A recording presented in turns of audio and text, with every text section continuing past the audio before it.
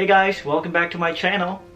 So, since I passed all my CPA exams, I have been getting a lot of messages on social media from you guys, which is super amazing. I love all of your support. But today I want to talk about one message in particular that I have been getting a lot of, and that is people asking for my CPA review materials. So, let's talk about it. Now, I have always wanted to make this video because even when I was still studying for the exams, I was getting a lot of messages from people asking me to share them my review materials. And even if it was my own personal notes or my books or my login information, so they could access the software too. But I never really got a chance to sit down and do it. But last week I saw someone posted on Facebook. It's a CPA group created by NASPA. So this person posted a picture there of all of her CPA review books in the dumpster. And I'll show you the picture. I did get a permission from her to show this in this video. So here it is. So that is the picture that she posted on Facebook, and it's captioned, "I passed them all." So, and that. If you could read the comments, you would see that this person got a lot of negative comments from different people. So I'm gonna read to you some of the comments. It says here, "To all the people on here who say they can't afford them, do you have a smartphone? Because if you can't afford a smartphone, you can afford these books. You can finance these books as well through Becker, Wiley, etc."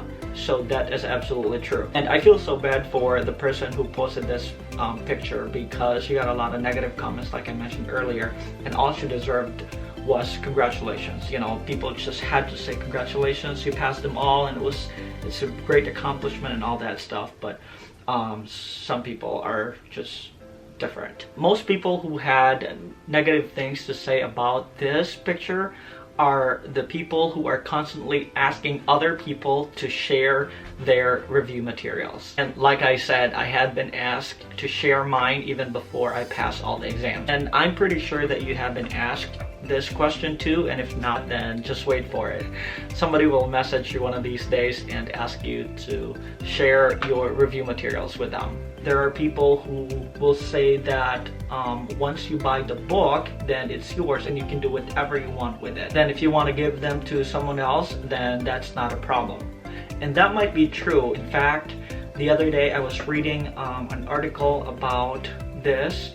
It talks about if you bought it, you own it. But apparently this does not apply to digital content. So while it might be okay to share your physical books, it is definitely not allowed to share your login information or credentials to someone else so they could access the Becker software or Roger or Wiley or whatever for free.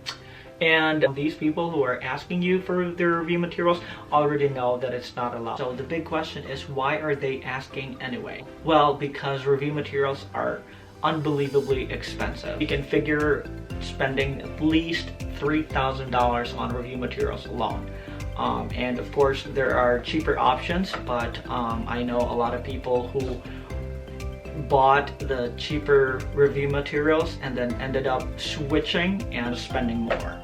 So the cost is really the number one reason why people do it. I used to get really irritated when people asked me to share my review materials because I just assumed that everybody knew it's not allowed. But when I started thinking about why people ask for them anyway, I have a different reaction. So let me give you an example. I'm using the Philippines as an example because I'm very familiar with it because I'm from there. So I am a CPA in the Philippines working for one of the big four, and I decided to take the US CPA exams to have an opportunity to someday maybe work in America. And of course I need to somehow have access to the review material. And let's just say for argument's sake that I want to use Becker because it's the most popular one, and I decide to have the unlimited access because I'm not sure how long it's going to take me to pass the CPA exam. So I go to their website and find out that it costs